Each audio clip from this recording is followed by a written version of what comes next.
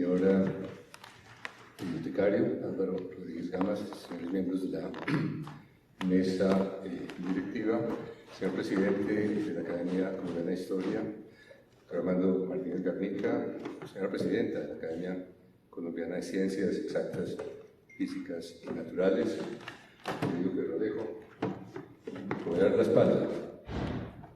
espalda, siento mucho. Señoras y señores académicos, señoras y señores invitados especiales, inicio con una breve relación de los 6 miembros numerarios que me antecedieron en la silla O entre 1883 y 2023. Rafael Núñez Moledo, electo en 1883 en la nueva silla O, 4 veces presidente de la República entre 1880 y 1894. En el dominio de las letras fue autor de los ensayos de crítica social, publicado en Francia en 1874, de varias poesías, incluyendo la Oda Himno Patriótico, publicada en 1850 para celebrar la independencia de Cartagena y musicalizada años después por Oreste Sinchi, decretada Himno Nacional de Colombia en 1920 por Marco Fidel Suárez. Núñez redactó con Miguel Antonio Caro la Constitución Política de 1886. Lo sucedió Carlos Calderón Reyes, electo el 23 de junio de 1910. Se recibió en el año 11 con un discurso sobre Rafael Núñez.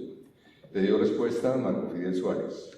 Carlos Calderón Reyes fue abogado, periodista, ministro de Hacienda a finales del siglo XIX y de Relaciones Exteriores en el año 9, miembro de la Academia de Historia, autor, entre otras obras, de Núñez y la Regeneración, publicada en Sevilla en 1895. Luego Baldomero Sanín Cano, electo el 15 de septiembre del año 33, con una disertación sobre su antecesor y sobre el curso de las ideas y las formas literarias entre los siglos XIX y XX, con respuesta de Laureano García Ortiz. Sanín Cano se graduó como maestro de Escuela Normal de Río Negro y fue políglota, escritor, periodista y diplomático, rector de la Universidad del Cauca a mediados del siglo XX, autor, entre otras publicaciones, de El humanismo y el progreso del hombre en 1955. Lo sucedió Juan Lozano y Lozano, electo el 4 de febrero de 1957, quien discurrió sobre la imagen poética. Le contestó padre Félix Restrepo, jesuita. Juan Lozano y Lozano se graduó en Filosofía y Letras en el Colegio Rosario, con posgrados en Cambridge, Roma y Georgetown. Periodista, político y diplomático, fue autor de La Batalla de Huepi, Victoria del Alma Colombiana y de varios poemarios. Luego Jaime Sanín Echeverri, electo el 10 de marzo de 1980. Su discurso se tituló Recuerdo de Juan Lozano y Lozano. Lo recibió Abel Naranjo Villegas. Sanín Echeverri fue seminarista y autodidacta, escritor, humanista, político, diplomático y educador, rector de la Universidad de Antioquia y de la Universidad Pedagógica, doctor honoris causa de la Universidad Católica de Medellín. Autor, entre otras obras, de Una mujer de 4 en conducta, de Austramérica y de Crónicas de Medellín. Finalmente, José Félix Patiño Restrepo, electo el 26 de junio de 2008, con un discurso sobre el lenguaje médico y respuesta de Juan Mendoza Vega, como el médico y expresidente de la Academia Colombiana de Medicina, Academia de Medicina de Colombia. Patiño Restrepo hizo estudios de medicina en la Universidad Nacional y se graduó con honores, como Ezequiel Ricochea, ya lo veremos, en la Universidad de Yale. Se destacó como cirujano y escritor, humanista, ministro de Salud y educador. En su rectoría de la Universidad Nacional creó las facultades de Ciencias, de Artes y Arquitectura y de Ciencias Humanas, y luego fundó la Facultad de Medicina de la Universidad de los Andes, en convenio con la Fundación Santa Fe de Bogotá, de la cual fue fundador con Carlos Llera Restrepo y Pedro Alejo Gómez Valderrama, miembros de esta academia, entre otros benefactores. Fue también miembro de la Academia Nacional de Medicina, de la que fue presidente, y publicó numerosos textos de medicina y cientos de artículos científicos y humanistas, entre los que solo mencionaré hoy los publicados en el Boletín de la Academia Colombiana de la Lengua, titulados Consideraciones sobre el vocabulario médico, don Pedro Laín Entralgo, El lenguaje médico.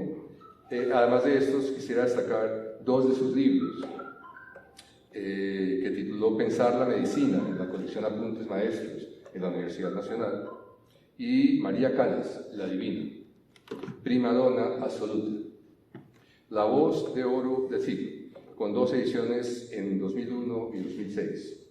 Debo referirme hoy en esta breve nota a su biblioteca, donada a la Universidad Nacional con más de 13.000 volúmenes y con primeras ediciones tan valiosas como la Historia Natural de Plinio el Viejo, naturalista emblemático, todo ello evidencia clara de su humanismo transdisciplinario.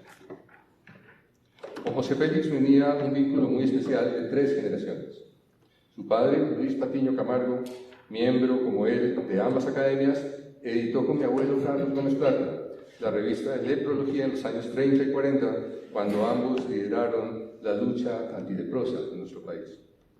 Así es que me honra y me complace enormemente continuar este vínculo en la silla O de la Academia Colombiana de la Lengua.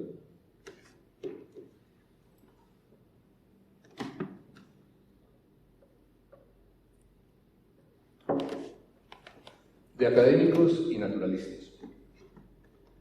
No entre aquí quien no sepa geometría.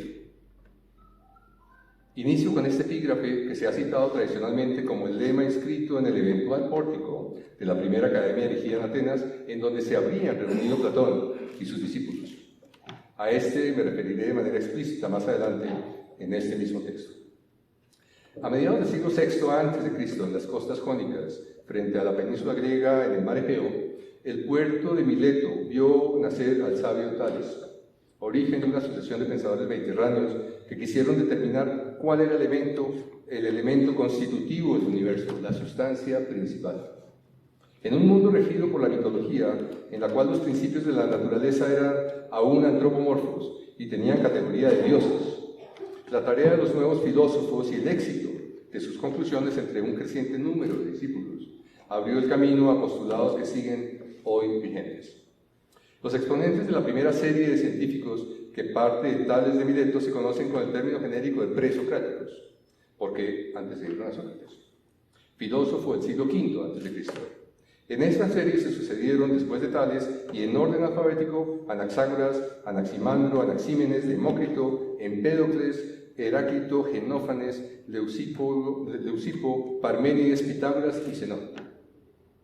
En total, 12 individuos que pensaron y comunicaron elaboraciones que son referentes de la cultura llamada occidental en Oriente y Occidente. Sócrates dividió la historia de la inteligencia griega en 2 y quedó en el imaginario popular como el hombre que solo sabía que nada sabía, irradiando una enorme influencia sobre sus contemporáneos y en particular sobre Platón, cuya efigie nos acompaña en este recinto después de las de David y Homero. La relación de Sócrates con la ciencia de la que voy a tratar hoy surge de su método de enseñanza por medio de la pregunta, con la que se amplían las fronteras del conocimiento sin pretender nunca una respuesta definitiva. Siempre nuevas preguntas. Sócrates se convirtió de esta manera en el punto de inflexión de la cultura universal porque dejó atrás una época en la que aún se vivía de certezas. Se recurría a los dioses como respuesta final. Y porque abrió camino a la averiguación sin más límite que el de la inteligencia colectiva. Aristócles de Atenas, un conciudadano de Sócrates mejor conocido como Platón, sería el encargado de dar a conocer el método socrático en su obra Diálogos. Y la indagación permanente en todas las áreas del conocimiento sería formalizada en recintos de discusión que se conocen como academias, a partir de los diálogos de Platón en el jardín que llevaba el nombre del mítico Academos, del que se dice, por cierto, que tenía 12 olivos. El número es significativo. Esta discusión teórica o platónica fue confrontada allí mismo por Aristóteles, uno de sus discípulos, con una indagación práctica en el mundo de la experimentación que sentó las bases de las ciencias naturales en otro jardín ateniense, dedicado a Apolo Licio. Ese es el origen respectivo de liceos y academias. Los primeros, como lugar de tertulia de aprendices y practicantes de la ciencia, y las segundas como recinto máximo para la validación teórica del saber adquirido. Sócrates se había enfrentado en su tiempo a los sofistas y enseñó que es posible conocer la verdad superando la experiencia de los sentidos para llegar a conceptos universales. Las lecciones académicas de Platón debieron ser, en consecuencia, una extraordinaria experiencia pedagógica, porque se utilizaba la mayéutica socrática para iniciar un debate a partir de una pregunta hecha al interlocutor, obteniendo al final un nuevo concepto. De allí que Platón pregonara que las nociones universales se encuentran en el alma de todos, incluso de los más ignorantes, y que solo es necesario interrogarse adecuadamente para sacarlas. Aristóteles, sucesor inmediato de estos dos grandes pensadores, nació en Estaquira, un pueblo de Macedonia en la costa norte del mar Egeo. Su padre, Nicómaco, era el médico de Amintas III, el abuelo de Alejandro Magno. A la edad de 17 años, el estaquirita fue enviado a Atenas, donde permanecería 20 años bajo la tutoría de Platón. A pesar de permanecer 2 décadas en la academia, Aristóteles mostró un espíritu independiente, del cual quedó una herencia fundamental.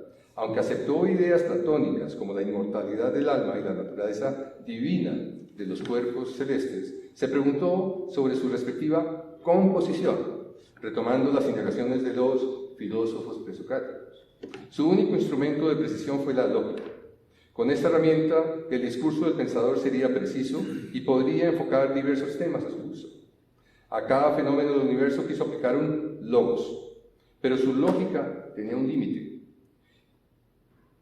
y también era limitante, como en el caso de la posición de la Tierra en el espacio.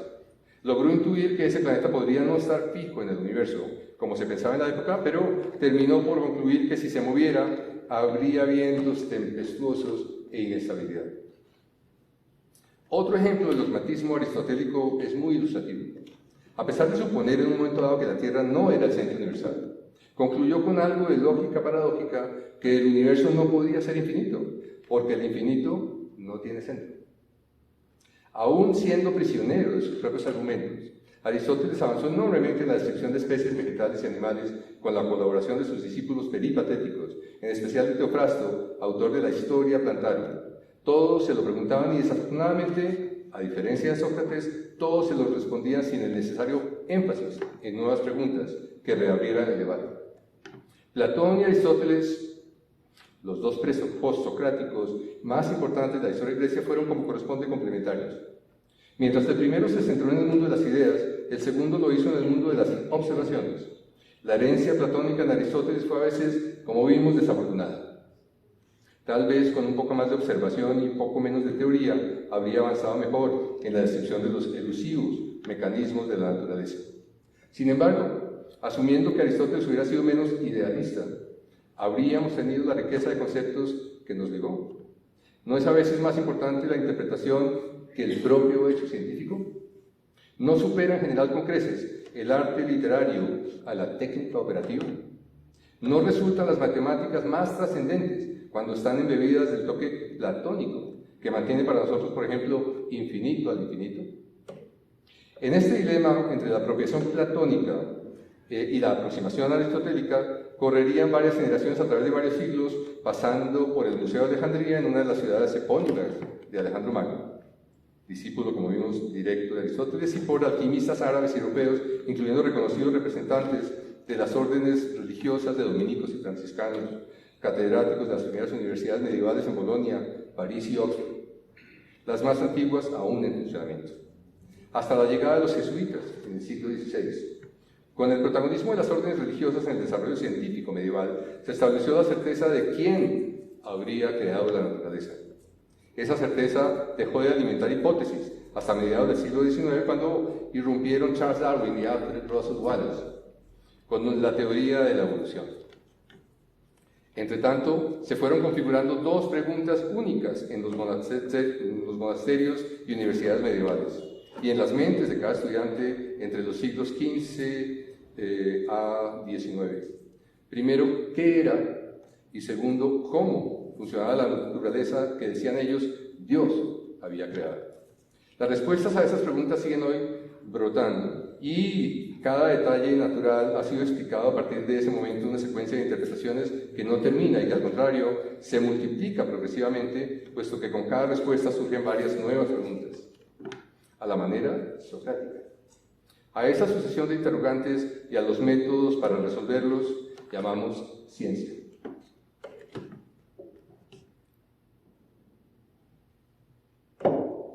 En el siglo XIX, la visión del mundo y de su propia actividad dejó de ser teocéntrica para convertirse en antropocéntrica. El centro del universo ya no era Dios, sino el hombre, y cada elemento que cada hombre interpretara se convertiría en referente de su propio entorno. Así había nacido ya el arte de la perspectiva siglos atrás. El artista proponía un sujeto y todas las líneas convergían en él. Ese recurso aplicado ya no a la pintura, sino a la cultura, en términos generales se denominó humanismo. 3 de 5 acepciones para este término en el diccionario de la lengua española de la Real Academia lo califican de sustantivo masculino y lo definen como: primero, cultivo o conocimiento de letras humanas; segundo, movimiento renacentista que propugnó el retorno a la cultura greco-latina como medio de restaurar los valores humanos; y tercero, interés por los estudios filológicos y clásicos. No aparece la ciencia en estas ni en las 2 acepciones adicionales. Pero antes de seguir con la consideración de la ciencia humanista, volvamos un segundo a la antigua Grecia, y en particular a la Academia de Platón. Una vez más, el diccionario de la lengua española resulta un magnífico recurso para hilar y fijar las ideas. En este se encuentran 8 acepciones para el término academia. Y la octava dice así: casa con jardín, cerca de Atenas, junto al gimnasio del héroe Academo, donde enseñaron Platón y otros filósofos, cierro comillas. Cada uno de estos términos podría ser hoy analizado con las herramientas de la historia crítica. Casa, jardín, gimnasio del héroe Academo. ¿Dónde están las fuentes primarias que permitan comprobar estos acertos? Aunque no es el momento de definir su veracidad histórica, los he citado porque al revisar el origen eventualmente mítico de las academias, salta a la vista que el lugar tenía un jardín o un olivar, y que Aristóteles, científico pionero, fue uno de sus principales miembros. Y es que nuestra academia cuenta también con un jardín. Hoy, en curso de renovación y revisión taxonómica, con el apoyo del Jardín Botánico de Bogotá bajo la dirección de Marta Perdomo y la coordinación científica de Boris Villanueva, que nos acompañan hoy, quien clasificó con su equipo las 42 especies de este jardín que contiene este jardín hoy, reportándonos la relación completa de nombres científicos en latín y de los nombres comunes o vulgares en español de cada una de las plantas. Mil gracias, Marta y Boris. Y nuestra academia cuenta también con un Aristóteles en su historia. Recuerdo bien que nuestro director, el académico Juan Carlos Vergara Silva, propuso en julio de 2021, con ocasión de la conmemoración de los 250 años de la primera gramática de la Real Academia Española, escrita en 1771, que el naturalista Ezequiel Uricochea, autor de la gramática de la lengua chibcha en 1871, obra ya sesquicentenaria en ese año, había sido en efecto un nuevo Aristóteles. En sus palabras, este bogotano podría ser considerado como, comillas, el modelo del científico panhispánico, cierro comillas. En esa misma ocasión, al citar un concepto del expresidente y académico Alfonso López Miquelsen, comentó que Uricochea podría ser considerado también como, comillas, el humanista más valioso que ha generado Colombia en los últimos 200 años, cierro comillas. Ezequiel Uricochea, científico humanista, de acuerdo con Vergara y con López, fue a la vez médico graduado en Yale, como José Félix, doctorado en química en Göttingen por sugerencia personal de Alexander von Humboldt, con quien mantuvo un estrecho vínculo personal en esos días en Alemania. Lingüista, filólogo, historiador, geólogo, orientalista y muy particularmente fundador en 1860 de la Sociedad de Naturalistas Neogranadinos en Bogotá con Florentino Vesga, de origen zapatoca como Pedro Alejo y yo mismo, y otros ilustrados contemporáneos suyos. Y Benjamín Ávila Duarte, naturalmente. El vínculo de Uricochea con Rufino José Cuervo, figura egregia en esta academia, está muy bien expuesto en la obra de Monseñor Mario Germán Romero, titulada Epistolario de Ezequiel Uricochea con Rufino José Cuervo y Miguel Antonio Caro. También en la bellísima biografía que Enrique Santos Molano tituló Rufino José Cuervo, un hombre al pie de las letras, en la que su autor califica a Uricochea como, comillas, su ángel tentador, cierro comillas. Y lo califica así en cuanto influyó de manera determinante en el viaje de Cuervo a París y en su dedicación al diccionario de construcción y régimen de la lengua castellana. Decía así Uricochea en carta a Cuervo firmada en Europa en 1872, comillas, sus propiedades en Santa Fe están sin enredos. Sus rentas son suficientes para vivir decentemente en cualquier parte. Su vida por estos mundos se pasaría con felicidad y sería provechosa a usted, a la patria y a las letras. Aquí podría usted concluir su diccionario, que creo debe concluirlo, aunque sea en 20 años. Cierro comillas. Aunque pasó mucho tiempo, desde Aristóteles hasta Uricochea, y ha pasado más de un siglo desde los tiempos de Uricochea y Cuervo hasta los nuestros, el concepto de las academias y sociedades como lugares de reunión de humanistas de todas las vertientes, incluyendo la vertiente científica y matemática, merece promoverse, de acuerdo con el epígrafe citado en este texto, eventualmente inscrito en el aún mítico frontón de la primera academia, entre comillas, no entre aquí quien no sepa geometría, cierro comillas. Pero en realidad, ¿quién no sabe geometría? ¿Quién no ha medido la Tierra con sus pasos? Todos somos descendientes de los primeros homínidos que caminaron hace más de 300.000 años fuera del África. Y todos hemos hecho geometría pedestre en una diáspora que no termina. La geometría implica la matematización de la Tierra, de nuestro entorno, de la naturaleza. En este sentido, la definición de este término en el diccionario de la Real Academia es insuficiente.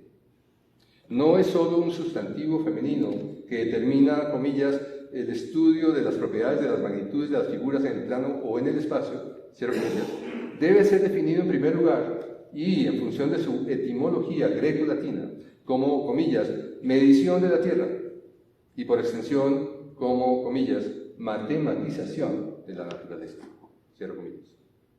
Con esta reflexión y con esta propuesta lexicográfica en el seno de la Academia Colombiana de la Lengua, cierro estas palabras y agradezco nuevamente a quienes consideraron que un genetista historiador, un científico, podría tener asiento en ella. Especialmente a Pedro Alejo, quien en sus palabras de recepción en 2018, hace 5 años cuando ingresé a esa corporación en la categoría de miembro correspondiente, me comprometió de por vida con una de sus máximas poéticas, cuando dijo al finalizar que todas mis obras, comillas, tienen la notable particularidad y el acierto de ser un antiguo presente, cierro comillas, como los genes, como la historia. Gracias.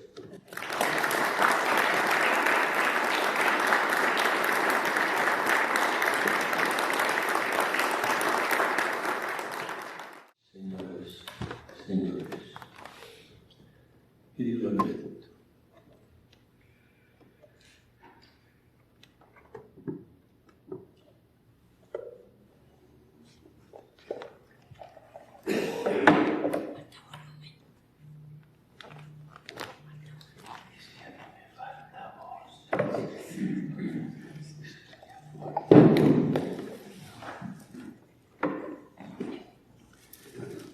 quiero hacer notar un hecho que acaba de configurarse en esta ceremonia, en este preciso instante. José Félix Patiño, su ilustre predecesor en la silla que usted ocupará a partir de ahora, fue quien postuló mi nombre para ingresar a esta academia. Al tiempo, fui yo quien presentó su candidatura.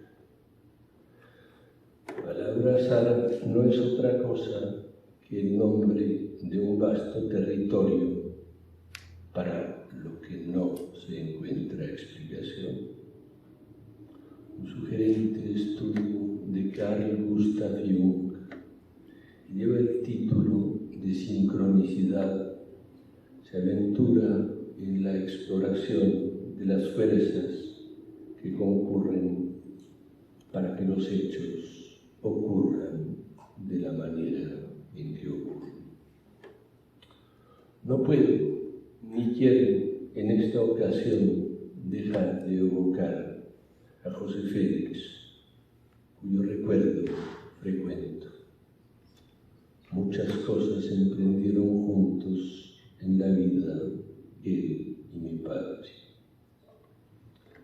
Si Pedro me dijo un día, refiriéndose a mi padre, no hubiera sido el ministro de Educación, yo no habría sido rector de la Universidad Nacional. Si Pedro, completó, no hubiera sacado adelante la ley que estableció el régimen orgánico de la Universidad Nacional, yo no habría podido llevar a cabo la reforma de la universidad. Sería conocida como la Reforma Patiño, célebre en la historia universitaria de América Latina. La Universidad Nacional atravesaba entonces el momento más difícil de su historia. La alternativa era trágica: cerrarla o privatizarla. La universidad está en deuda con Pedro, concluyó. Días después me llamó para contarme que el concierto con el que se iniciaría el 18 de septiembre de 2017, la celebración de los 150 años de la fundación de la Universidad Nacional de Colombia, sería el Te Deum de Bruckner en homenaje a mi padre. Juan José Félix y mi padre, dos de los 6 fundadores de la Fundación Santa Fe, y fueron arduas las dificultades hasta llegar a buen puerto. Esa amistad que duró toda la vida solo tuvo una sombra, la sombra de una severa discrepancia de la que hay una inequívoca e insoslayable constancia documental en una carta de José Félix a mi padre. Bogotá, abril 7 de 1987. Estimado Pedro, mil gracias por el estupendo libro que me enviaste. Tú siempre recuerdas mi fervor por Nefertiti y solo me apesadumbra tu creencia de que era tuerta. Te envío otra comunicación para el doctor Leir Entralgo. Recibe un cordial abrazo, José Félix.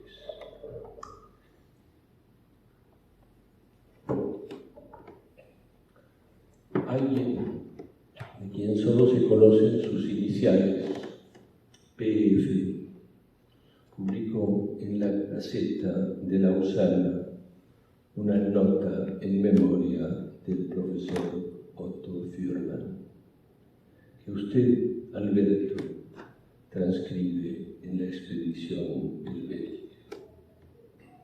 Referirse a los escritos del profesor, PF habla de su lenguaje desprovisto de premuras. No encuentro yo una expresión más precisa para dar cuenta de la manera en que escribe usted. El suyo, Alberto, es un lenguaje desprovisto de premuras. Sus documentados textos, hasta la última nota de pie de página, revelan una paciente mirada escrutadora.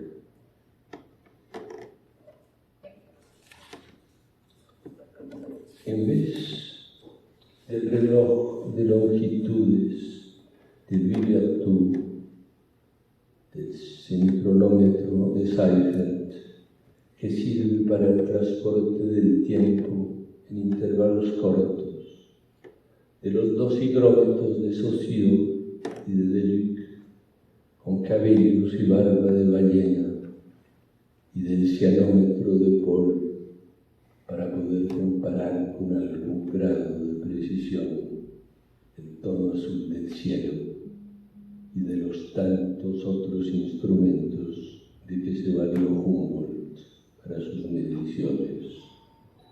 Usted, Alberto, valido de palabras que usa como instrumentos de precisión, logra una exactitud admirable. Un día, no recuerdo dónde, leí que el mal entró al mundo por una mínima distracción del amanuense que copiaba un dictado de Yahvé.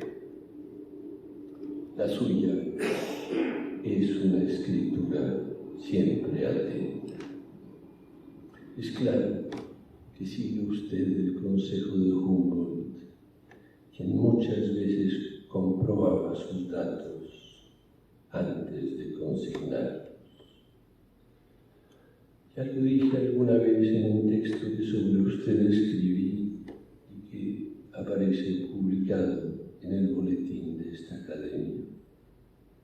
Darwin decía que no le hace tanto mal a la ciencia una teoría equivocada como una observación equivocada.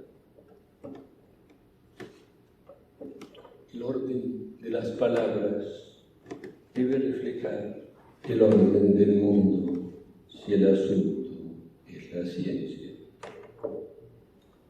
Sus textos, Alberto, son precisos a un punto que me lleva a pensar que usted íntimamente tiene, así no lo sepa o no lo confiese, el secreto y terrible temor de que equivocar una palabra tendría la segura consecuencia de causar un cataclismo en el mundo y que omitir una palabra necesaria haría desaparecer irreparablemente una precisa región del mundo o del tiempo, en forma que el camino de regreso quedaría extraviado para siempre.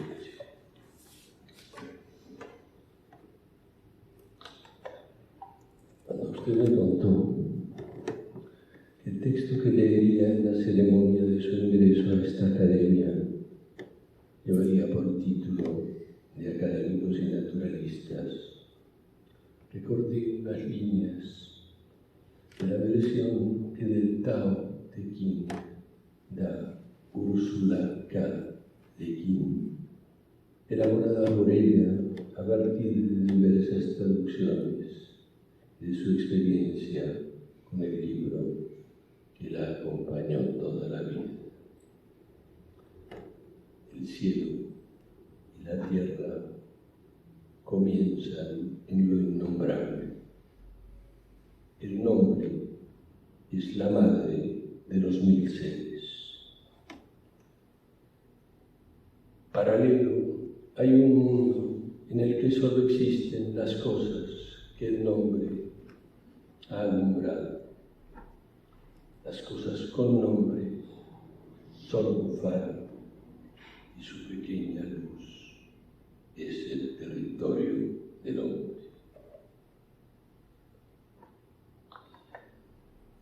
También recordé, desde luego, en un 10º mandamiento: no te harás de mí imagen, y la prohibición judía de pronunciar el nombre de Yahvé. Recordé también que tu spell, conjurar, significa en el idioma de las brujas adueñarse de las cosas por el procedimiento de pronunciar su nombre.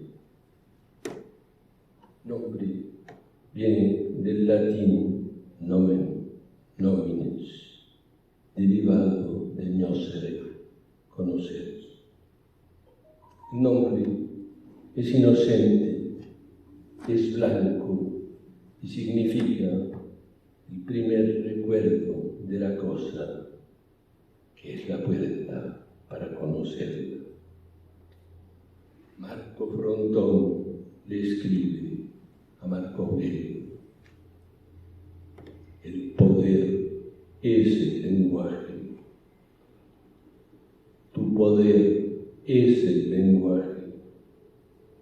Como emperador de la tierra, es preciso que seas emperador del lenguaje, que es el amo de la tierra.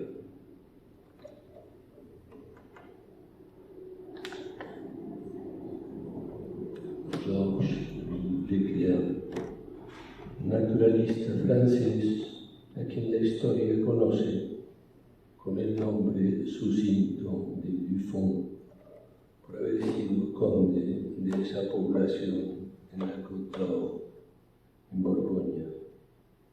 Escribió, asombrado, una historia natural de la que aparecieron durante su vida 36 tomos.